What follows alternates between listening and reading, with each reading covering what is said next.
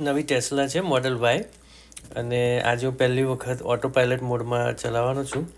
તો આ મેં ઓલરેડી એમાં એડ્રેસ ફિટ કરી દીધું છે અને ક્રુઝરને મેં ઓટો પાયલટ મોડમાં મૂકી દીધું છે, એટલે એણે ગાડી એની જાતે જ ચાલુ થઈ ગઈ છે, ચાલવા લાગી છે ડેસ્ટિનેશન તરફ. અત્યારે એન્થની હિન્ડે ડ્રાઈવ પર છું અને એ હવે લેન ચેન્જ કરી રહી છે એની જાતે જ. એટલે હવે અત્યારે મિડલ લેનમાં છે, પણ ઇટ લુક્સ લાઈક એ હવે ડાબી લાઇનમાં જાતે જ આવી જાય છે અને સ્પીડ મેચ કરે છે રોડની, અને જે રીતે ઓપ્ટિમાઇઝ કરી અને જલ્દી પહોંચાય અને સેફલી પહોંચાય એવી રીતે એ લેનમાં જતી રહી છે, લેફ્ટ લેનમાં. અને અત્યારે એડમન્ટન સિટીનો એન્થોની હિન્ડે એટલે રિંગ રોડ છે, રિંગ રોડ પર જઈ રહ્યા છીએ. હવે રિંગ રોડ પરથી એકચ્યુઅલી રાઈટ સાઈડે એક્ઝિટ લેવાની છે, જમણી બાજુએ. એટલે ઇવેન્ચ્યુઅલી હવે એ રાઈટ લાઇનમાં જશે જ્યારે એક્ઝિટ નજીક આવશે. એટલે જોઈએ આપણે કે એ કઈ રીતે થાય છે. સ્ટેરિંગ પર મારા હાથ બિલકુલ નથી અને એની જાતે જ ડ્રાઈવ કરે છે, પણ જે રિયર વ્યૂ મિરર છે, જે અરીસો એની નીચે કેમેરો છે ને, કેમેરો એ મારા પર ફોકસ થયેલો હોય છે અને એ કેમેરો મેક શ્યોર કરે કે હું ઊંઘી ના જાઉં અને મારી નજર રોડ પર જ હોય. જો એવું ના થાય તો એ ઓટોમેટિક ગાડી લોક થઈ જશે. અત્યારે એ રાઈટ વચ્ચેની લેનમાં આવી ગઈ છે અને ઇવેન્ચ્યુઅલી ફાર રાઈટ એટલે કે જમણી બાજુએ આવી જશે. કેનેડા છે એટલે ડ્રાઇવિંગ જમણી સાઈડે હોય છે. તો અત્યારે એટલે સ્ટિયરિંગ ડાબી સાઈડે હોય, પણ ડ્રાઇવિંગ રોડની જમણી બાજુ કરવાનું હોય છે. અત્યારે હવે છેક જમણી બાજુની લાઇનમાં ઓલરેડી ગાડી જાતે જ આવી ગઈ છે અને આગળની જે ગાડી જઈ રહી છે એની સ્પીડને મેચ કરશે. હવે જો પાછું એ એક્ઝિટ લાઇનમાં પણ આવી ગઈ અને એક્ઝિટ પણ લઈ લીધી. હવે કોમ્પ્યુટરમાં જોશો તો મેપમાં દેખાય છે કે આગળ કઈ રીતનો રૂટ છે. આખું એક એક્ઝિટ છે, આખી સર્ક્યુલર એટલે વર્તુળાકાર રિંગ છે અને એના પરથી જઈ અને આગળ ગેટવે બુલેવર્ડ નામનો રોડ છે, એ રોડ પર જવાનું છે. તો અત્યારે ગાડીએ એક્ઝિટ લઈ લીધી છે ઓલરેડી એની જાતે જ અને આખું સર્ક્યુલર વેમાં ચાલી રહી છે. સ્પીડ એ ફિક્સ કરેલી હોય છે, ક્રૂઝ કરેલી હોય, એટલે એનાથી વધારે આપણે જે ફિક્સ કરી હોય એનાથી વધારે ના જાય. અને આગળની ગાડી જો એનાથી ધીમી જતી હોય તો એને મેચ કરે, એના જેટલી જ સ્પીડ લાવી દે. એટલે ઓછી સ્પીડ જો ફિક્સ હોય ને આગળ કોઈ ગાડી ના હોય તો આપણે જે ફિક્સ કરી હોય એટલી સ્પીડે જાય. હવે આ બીજા રોડ પર આવી ગઈ છે અને બીજા રોડની અંદર મર્જ થઈ રહી છે.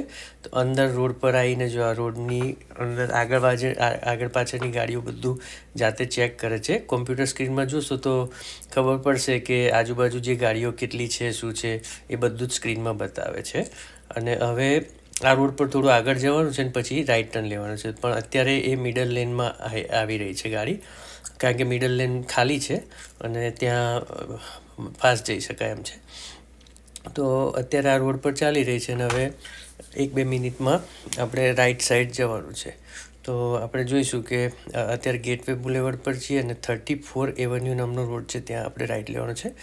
ત્યાં 2 રાઈટ લેન છે, બે રાઈટ સાઈડની જમણી બાજુની છેલ્લી 2 લાઇન છે, બંને રાઈટ ટર્ન વળે છે અને બાકીની સીધી જાય છે. અત્યારે બ્રિજની નીચેથી આપણે પાસ થઈ રહ્યા છે અને ગાડી એની જાતે જ ડ્રાઈવ કરી રહી છે. I am not touching the steering, હું સ્ટીયરિંગને અડતો પણ નથી, કશું જ નહીં. અને એની જાતે ચાલી રહી છે ગાડી.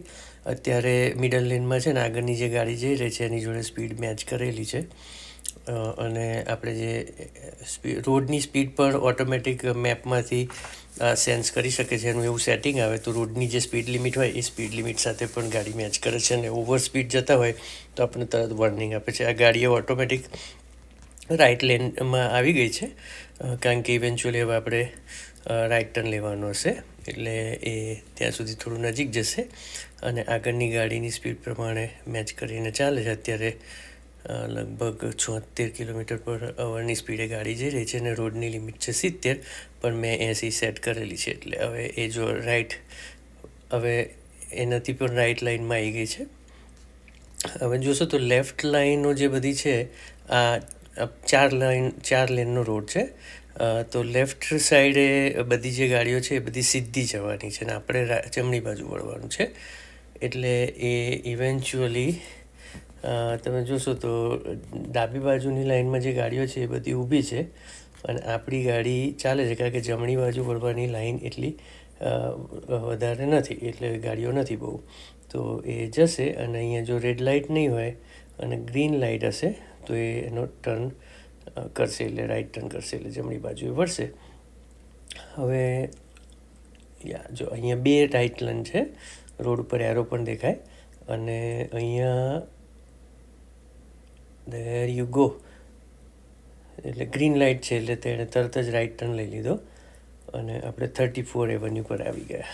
હવે આ 34 એવન્યુ પર આગળ ચાલે છે અને અહીંયા રેલવે ક્રોસિંગ છે, રેલવે ક્રોસિંગને ક્રોસ કરી અને આગળ જશે અને પાછું રાઈટ લાઇનમાં જ રાખશે, કારણ કે આપણે આગળ ફરીથી રાઈટ ટર્ન લેવાનો છે અને સેન્સ કરે છે કે કઈ લાઇન ખાલી છે, કઈ લાઇનમાં વધારે ટ્રાફિક છે, એ પ્રમાણે એ જો અહીંયા રાઈટ ટર્ન લીધો એણે.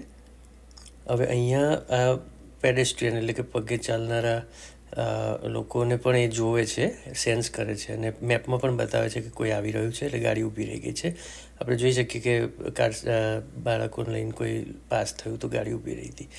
હવે એ લોકો જતા રહ્યા એટલે ચાલીએ, એટલે ફૂટપાથ પર જો કોઈ રોડ ક્રોસ કરવા ઊભું હોય તો ગાડી તરત ઊભી રહી જાય છે અને એમને રોડ ક્રોસ કરવા જમણી બાજુએ વળી અને હવે લેફ્ટ લેનમાં આવી ગઈ, કારણ કે આપણે લેફ્ટ ટર્ન લેવાનું થશે, કારણ કે આપણું જે સરનામું આપણે આપ્યું છે સ્વામિનારાયણ મંદિરનું છે અને ત્યાં આપણે લેફ્ટ ટર્ન લેવાનો છે. એટલે હવે જોઈએ તો અત્યારે લેફ્ટ લેનમાં છે, સામેની સાઈડથી બધી ગાડીઓ આવી રહી છે. હવે જોઈએ કે ડાબી બાજુએ કઈ રીતે. અહીંયા જો આ ગ્રીન લાઇટ છે અને અહીંયા ગાડી ઊભી રહી ગઈ અને સામેની લાઇનમાંથી જુએ છે કે શું આવે છે શું નહીં, એ બધું ડિક્ટેટ કરી, કેલ્ક્યુલેશન કરી અને પછી એ લેફ્ટ ટર્ન મારવો જોઈએ. હું પહેલી વાર કરી રહ્યો છું, પણ આઈ એમ હોપિંગ કે એવું જશે. એના મેપમાં પણ આપણને લેફ્ટ સિગ્નલ મારેલો છે, એને ઓટોમેટિક જ કરેલું છે બધું. અને આ જો સ્ટેરિંગ એને જાતે જ ફરે છે અને સીધી થઈને લેફ્ટ ટર્ન લીધો અને તરત જ લેફ્ટ ટર્ન મંદિરનો દરવાજો છે એટલે ત્યાં પણ વળી ગયું અને આ પાર્કિંગ લોટની અંદર આવી ગઈ. પાર્કિંગ લોટ આગળ થોડી વાર ઊભી રહી, સ્કેન કર્યું, બધું જોયું અને પછી પાછી અંદર પાર્કિંગ લોટમાં આવી ગઈ અને અહીંયા આવી અને ઊભી રહી છે અને આના પછી પાર્કિંગ મોડમાં મૂકીએ એટલે પાર્ક પણ જાતે જ કરી દે છે.